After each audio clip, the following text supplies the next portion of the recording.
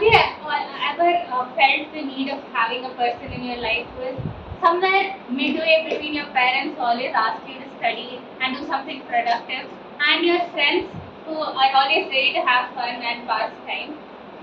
I felt that a lot, and then came Toastmaster Rigved in my life.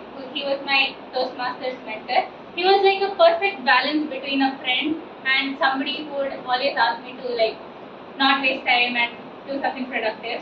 So, in today's speech, I'm going to be talking about my experience as a mentee in Toastmasters. And my mentor is a graduated Toastmaster. He was 1 year elder to me. His name was Toastmaster Rigved.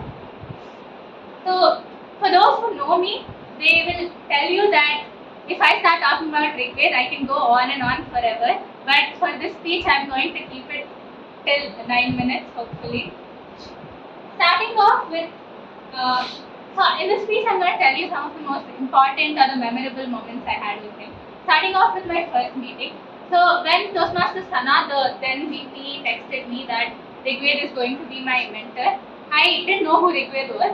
And I was really confused. That day she asked me to get on a meet with him, share my interests, everything, like bond with him. And I was the second year who was very shy, and I used to be like, okay, how do I talk to this random person? How can I bond with this random person? And I wasted time till the evening. I did not text him. And then later when he texted me and we got on a meet, that's when I realized that he was one of the most sweetest persons I've ever met. And he was like this elder brother talking about college, giving me suggestions. We spoke for almost 3 hours, and I didn't want that meet to ever end. And that was my first meeting. So you can imagine how our journey progressed through all those years that we had. So after that day, we got on a meet later where we discussed about our about my short-term and long-term goals, and he kept following up on them later on. But after that meeting came the time when I had to give my icebreaker, the first speech, where I had to be on stage and talk for 5 minutes straight without forgetting my script or freezing on stage. And I was very tense and nervous. He helped me write my script, and we also had rehearsals for the speech. And during those rehearsals, he, once I finished delivering my speech, there was one thing he told me. He basically listed down all those points where I could improve my speech, and then finally said that, Manasa, even if you don't include any of these in your speech, it's absolutely okay. And that was exactly what I needed to hear at that time, because I was already very scared to give my first speech, and he had given me so many points to improve. And since it was just my first speech, I wouldn't have had the guts to incorporate all of those in that first speech. So when he said that it's absolutely okay, even if I don't do it, I was really pleased, and I calmed myself down. And I'm a person who cannot work under pressure at all. And if somebody gives me improvement, suggestions, and leaves it up to me, that's when I'll do my best. If they expect something out of me, that's when I'll definitely mess up. So this was a screenshot I took during our online meet that we had during the rehearsal. And you can see the date, it's on 27th October 2021. And later on, we had a lot of more meets after our icebreaker. It was not particularly about TM. We talked about a lot of things. He used to check on me quite often. It never was about TM. So he just didn't want us to get disconnected if we did not have any TM related work. So we kept talking about something or the other, and he was there for me whenever I needed him, for a CAD or anything else.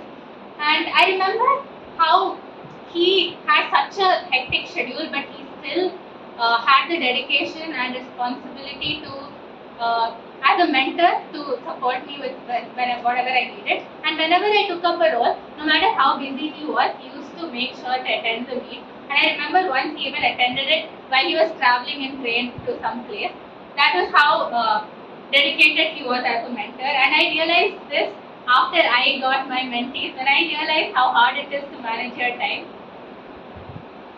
So one of the meetings I had later was when we had a table topics contest, and I was a person who was really scared of table topics. I just couldn't volunteer. And when we had online meets, he used to keep texting me during those meets, telling me to volunteer, because otherwise I never had the guts to volunteer.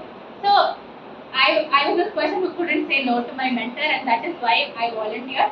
And trust me, that was such a good gesture by him to like remind me every single meet to volunteer, because that has really changed and like helped me a lot later on, because I wouldn't ever have the guts to volunteer myself. And so when there was this table topics contest, he sat with me, he spoke about how I could start my speech or what all I could talk about, and he gave me a lot of tips. And finally, when I delivered my speech, I did not care about winning or losing. I just looked at him and I knew he was proud of me, and that is all that mattered to me. I just did not care or think about winning or losing at that point. All that mattered was that my mentor was proud of me and I was happy with how I performed. Now, as I said, he was not with me just for TM, but even otherwise. So he used to tell me, like, he used to give me all this guidance. He used to tell me to participate in hackathons, learn DSA, learn AI, all of those. And also, I'm this person who's like very underconfident. So even if there's an achievement, like maybe it's a small achievement, I would never celebrate it. I would think it's really small and I should work on something really big. And I would never be happy about myself. And then I found Rigved, who used to be so much more excited about my achievements than I was. So I have this YouTube channel for those who don't know. I post my song covers over there. And when YouTube sent me this notification, I sent it to Rigved, and this was his reaction. Even I did not react that way. But when you see somebody being so happy for you, that's when I realized that I should be more happier, and it really changed the way I looked at my achievements. And last year, I had made a collage for Toastmaster Hanan on her birthday, and this is how he reacted for that. And I'm not even sure if Hanan reacted that way, but he was so much happier for all the work that I did that really motivated me to do more. There was one line he said that is in my head even now. He once said that, I want you to be a competent and independent person, Manasa. Trust me, there are no two greater values for a person than these.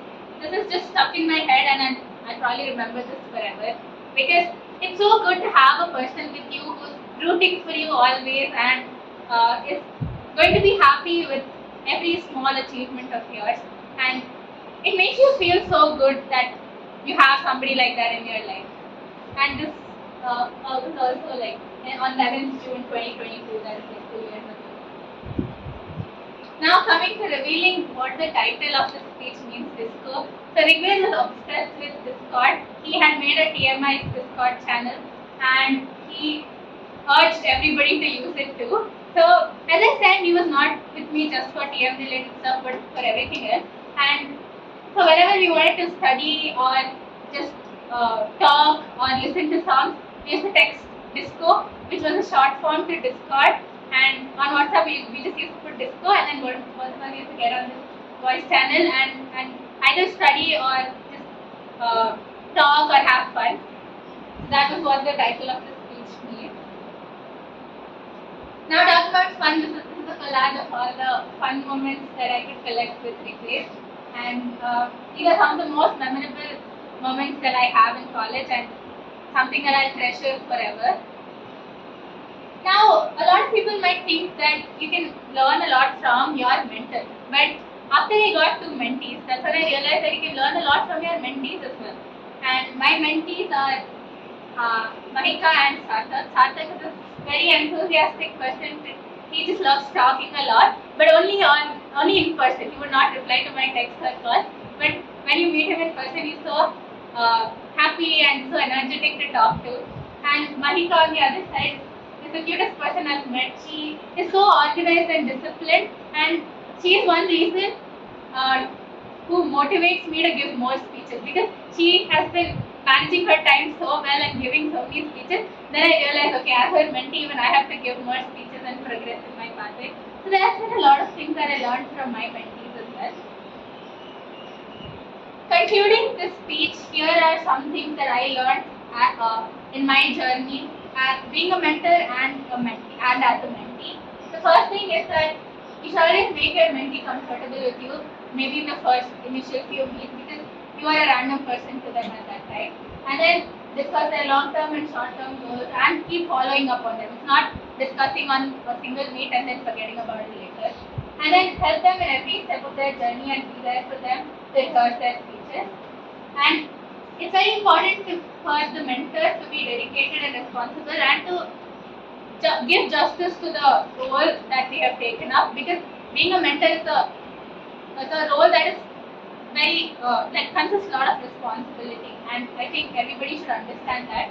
And then another thing is to check on your mentee once in a while, because if you don't do that, it's like there's the disconnect that grows over the months, and then you don't feel like you are that bonded to your mentor anymore. The next thing is to motivate them, like help them become confident in themselves, and of course be their best friend. And the last thing is to learn and get motivated from your mentee. Thank you, and over to you.